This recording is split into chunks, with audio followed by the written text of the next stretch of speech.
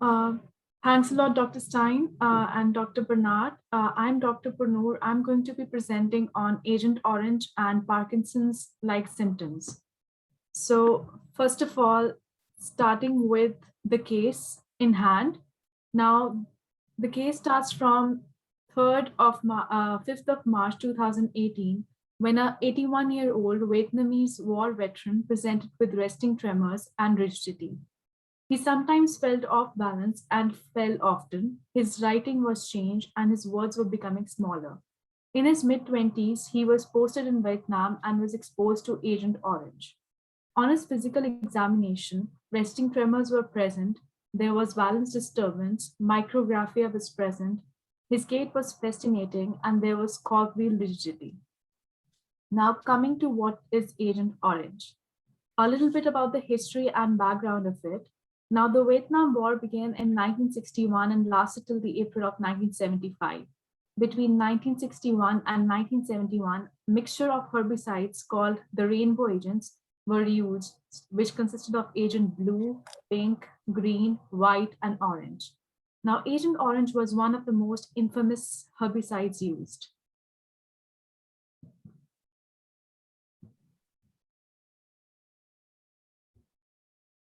Agent Orange was first used by the British Armed Forces in Malaysia. It was also used by US military in Laos and Cambodia and also used during the Vietnam War because the Viet Cong was using the heavy foliage of Vietnam to hide and attack. Agent Orange was a part of Operation Ranch Head during the Vietnam War in 1960s. It was sprayed with the help of low-lying airplanes and also with the help of US military men without the use of any protective gear. 2.8 million US military personnel out of 7.5 million total suffered the consequences of Agent Orange and they were exposed. This war is roughly called the 40-year-old war because of the long-lasting symptoms of Agent Orange. The effect of Agent Orange. About 17.8% hectares of total forested area of Vietnam was sprayed during the war, which disrupted the ecological equilibrium. Animal species diversities were also impacted, with 24 species of bird and 5 species of mammal in sprayed forests decreased significantly. Children in the areas where Agent Orange was used were also affected with multiple health problems, including cleft palate, mental disabilities, hernias, and polydactyly. Now coming to the effect of Agent Orange with the veterans. About 17 presumptive Agent Orange conditions have been recognized in veterans, including B-cell leukemia, Hodgkin's disease, multiple myeloma, non-Hodgkin's lymphoma, prostate cancer, AL amyloidosis, chloracne, DM type 2, Parkinson's disease, early onset peripheral neuropathy, porphyria cutaneous tarda, bladder cancer, hypothyroidism, and Parkinsonism. Now, why was Agent Orange really affected the veterans? It was because they were overexposed as they were provided very little protective gear, no masks or gloves. Also, this Agent Orange entered into the food chain, resulting in biomagnification. The agent was labeled safe in the late 60s, and that's why no one was using any safety measures to spread it. The areas with the most concentrations of dioxins, which is the active ingredient of Agent Orange, were the US Air Force bases. Some veterans reported that the agent had a pungent ammonia-like smell and also caused some tingling sensation. According to the NDAA, the Agent Orange presumptive condition list where veterans can apply for benefits have included Parkinsonism and hypothyroidism bladder cancer since 2021. Now, why is Agent Orange being labeled as the war agent for 40 years? Agent Orange is typically a mixture of 1:1 of 2,4-dichlorophenoxyacetic acid and 2,4,5-trichlorophenoxyacetic acid. The TCDD, which is a product of T4,5-D, has dioxin. Now, this dioxin, it causes free radical oxygen generation, which is one of the most toxic molecules and causes various severe adverse health effects. Also, the half-life of TCDD is approximately 8 years in human, so that's why it is resulting in a lot of long-term effects. It gets accumulated in fatty tissues over time, So even exposure to small quantities will lead to a large amount of damage. After accumulating, dioxins can disrupt the endocrine system by forming unusual enzyme complexes, which impact the steroid hormone receptors. Now, why does Agent Orange lead to Parkinson's-like symptoms?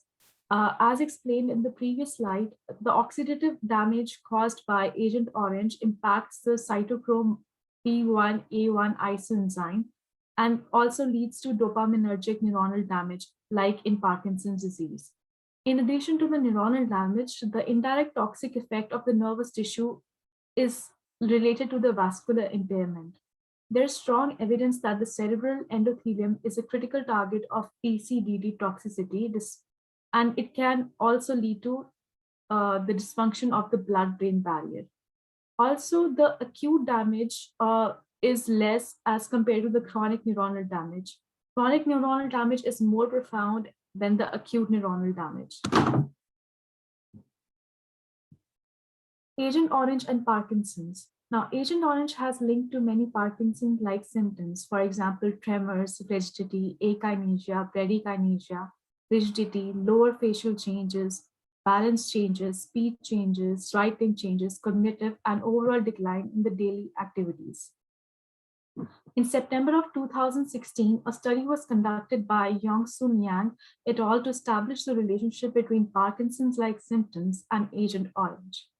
Now, the characteristic of the study was that it included 643 patients, 143 exposed to Agent Orange, and 500 with no exposure to Agent Orange. The table below demonstrates the demographics. The mean age was 63.7 when the onset of symptoms occurred, and the mean age of the patients at the time of the study was 69. The duration of the study was 72 months, and we also segregated the patients on the basis of the symptoms they had, like tremor dominant patients, akinetic patients, and mixed patients. A UPDRS motor subscale was used, and the patients were graded based on it. This scale used tremors at rest, rigidity, finger taps, and rapid alternating movements to see, and the result was that the patients who were exposed to Agent Orange had more tremors, rigidity, finger taps, and rapid alternative movement changes as compared to the patients who had no exposure to Agent Orange. A FP-CIT PET analysis was also conducted, and in this, the patients who were exposed to Agent Orange showed a lower FP-CIT uptake in the basal ganglia as compared to the patients who were not exposed to Agent Orange. Also, there was higher AI of anterior and posterior putamen. The caudate putamen ratios were also significantly lower in patients with exposure to Agent Orange as compared to patients without exposure to Agent Orange. This is the table representing the PET changes. Now, coming to the treatment of patients suffering from Parkinson's from Agent Orange, the treatment is very similar to normal Parkinson's. Usually a combination of carbidopa, levodopa is given along with amantadine. Amantadine is a DA reuptake inhibitor, and carbidopa inhibits DTC and increases the amount of levodopa in the brain. Now, coming to the case and the follow-up, the patient I discussed earlier was prescribed on amantadine HCl, Lorazone, Cinemet, vitamin D3 tablets, and multivitamins. He was followed up every month, and scans were done which showed Parkinson's-like changes in the basal ganglia. Now, the latest visit of the patient was on 3rd of September 2021. He reported that his tremors have improved, his rigidity has improved, but he still faces difficulties in balance and uses a cane. Also, he said that his tremors had an on and off phenomena. The patient was planned to refill on amantadine, Cinemet, and multivitamins, and stem cell transplant was also suggested for him. He was also applying for disability related to Agent Orange exposure. Just to summarize, the pathophysiological hallmark of Parkinson's disease in general is the deficit of dopamine, which leads to the decreased nigrostriatal dopaminergic activity. Other causes of Parkinsonism may show different pathological findings. Several reviews of literatures have suggested that possible involvement of environmental chemicals, for example, Agent Orange, in the etiology of Parkinson's disease. Systematic reviews and meta-analysis of epidemiological literature shows the relationship between Parkinson's disease and exposure to pesticides. Several studies have suggested that 2,4-D and TCDD as the main chemicals for neurotoxicity of Agent Orange.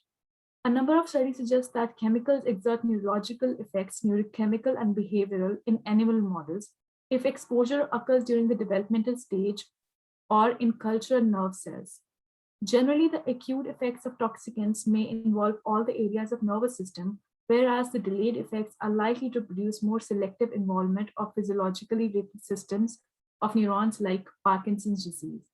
Also, in a study conducted, direct injection of 2,4-D, which is dioxin, into the rat brain resulted in the toxicity of basal ganglia. In summary, various studies shows that Parkinson's-like clinical findings and pattern of FP-CIT PET in patients with exposure to Agent Orange as compared to patients with no exposure to Agent Orange. The reason behind such differences in these patients are not certain. These are my references, and this is a www.veteransforpeace.org. I discovered a website where the veterans are uh, uh, having a movement regarding the more information regarding Agent Orange. And thank you.